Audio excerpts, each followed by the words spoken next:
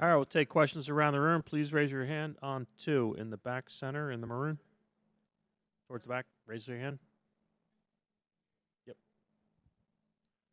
Hi, Mark. Guilherme Giovannoni from ESPN Brazil. You guys already have been in a situation like that in the series against Denver, and you bounced back very well. Maybe the next game is not going to be the blowout that it was against Denver.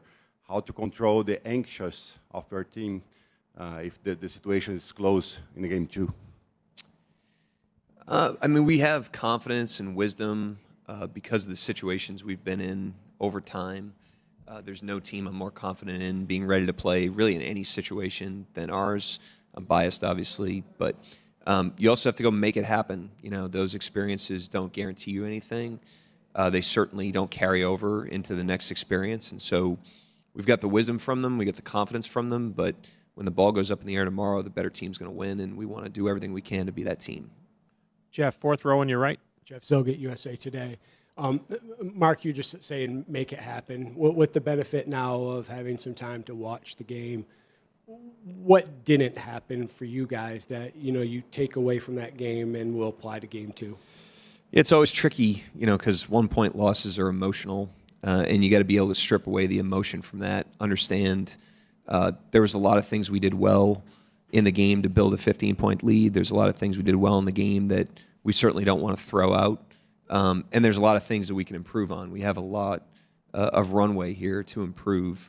And Indiana does too. I'm sure they don't come out of that game feeling like they played perfectly either. And so that becomes the challenge after a game 1 of a series is you've now felt the opponent a little bit. You've thrown some things out there, learned some things from the game. And now we just got to improve at some tangible things that we think we can improve at. Indiana's going to try to do the same thing, and then the better team will win. Next seat over, Tim. Mark, you guys have been obviously very good after wins this season too, but after losses, it just seems like it goes up a notch. What, if anything, changes about this group when it is coming off a loss? I think nothing. I think that's the trick is you don't want to be reactive to the last game because then you can be too high after wins. You can be too low after losses. We just get ourselves to neutral, understand every game's different. Every game is unwritten, and you go out there, the ball goes up in the air, and the team that competes better on that night wins. That's been kind of a mental habit for us over time, and we try to carry that over to every situation, and it's obviously very important in this situation. So, but I couldn't explain it beyond that. They just do a great job of getting themselves to zero and getting ready to compete in the next moment. Jenny, over here. Hey, Mark, Jenny Carlson with the Oklahoman. You said on Thursday you wanted to go back and watch the defense in the second half. I'm curious what you saw. You mentioned at one point that disruption was the goal. Were you guys disruptive enough defensively in the second half? Not as disruptive as we were in the first half, but that was obviously probably an outlier as well. There's certainly things we could have done better in the second half. I thought we got a little loose on different things, but I'm also careful in these settings, especially not to take away from what Indiana did. I mean, there's 2 teams out there playing, and they did a really good job in the second half of that game, certainly in the back half of the fourth quarter, to put themselves in position to get a win the way they did. And so they deserve credit for that. But certainly, when the door shuts and we're watching film, we're looking at it through our lens, through the things we can control. We thought we left some stuff on the table in that game. Like I said, I'm sure they feel that way too. But now we have to start the process of improving and growing in the series. On your right, Dan, 3rd row. Dan Devine, Yahoo Sports. Mark, it was one of Shea's highest usage, highest shot attempt, lowest pass out games of the season. Just wondering what you saw from his offensive process and sort of what Indiana's doing to load up on him. Yeah, they're high up the floor on him, both on the ball and with the initial coverage. I don't think that's necessarily specific to him. They've done that, quite a bit here in these playoffs, but that's how they showed the other night in game 1.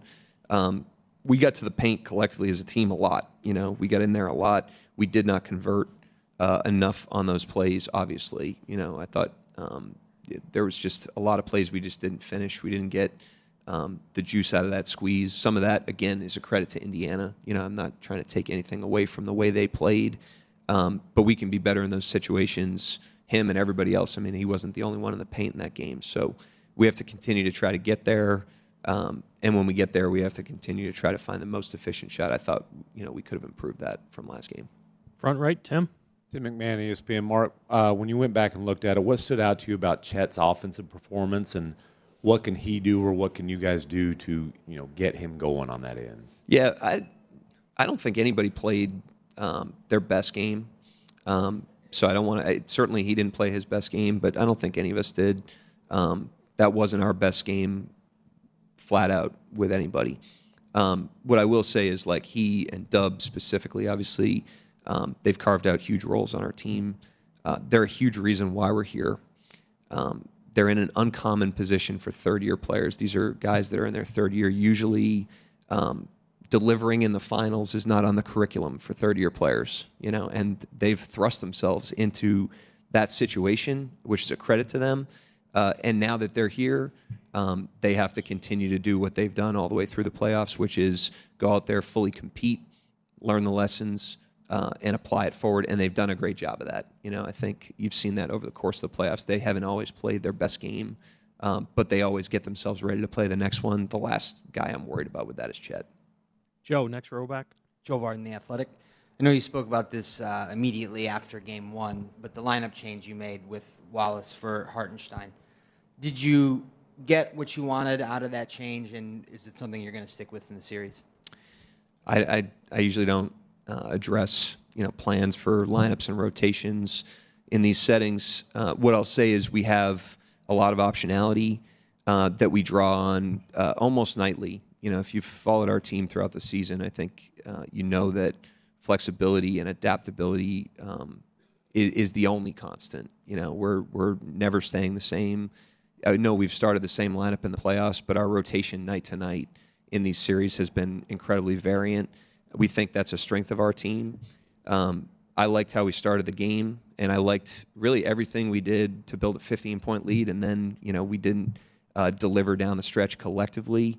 But we're always trying to learn from it. I mean, at the end of the day, when you have options like that, you're allowed to move in and out of those options as you see fit. We understand the trade-offs of every lineup we put on the court, and we'll continue to try to make every decision we can to give ourselves the best chance to win. That's what we did in Game 1. Didn't turn out in our favor, but that's what we'll do in Game 2 and moving forward. Coach Albert Martin of Ritmo.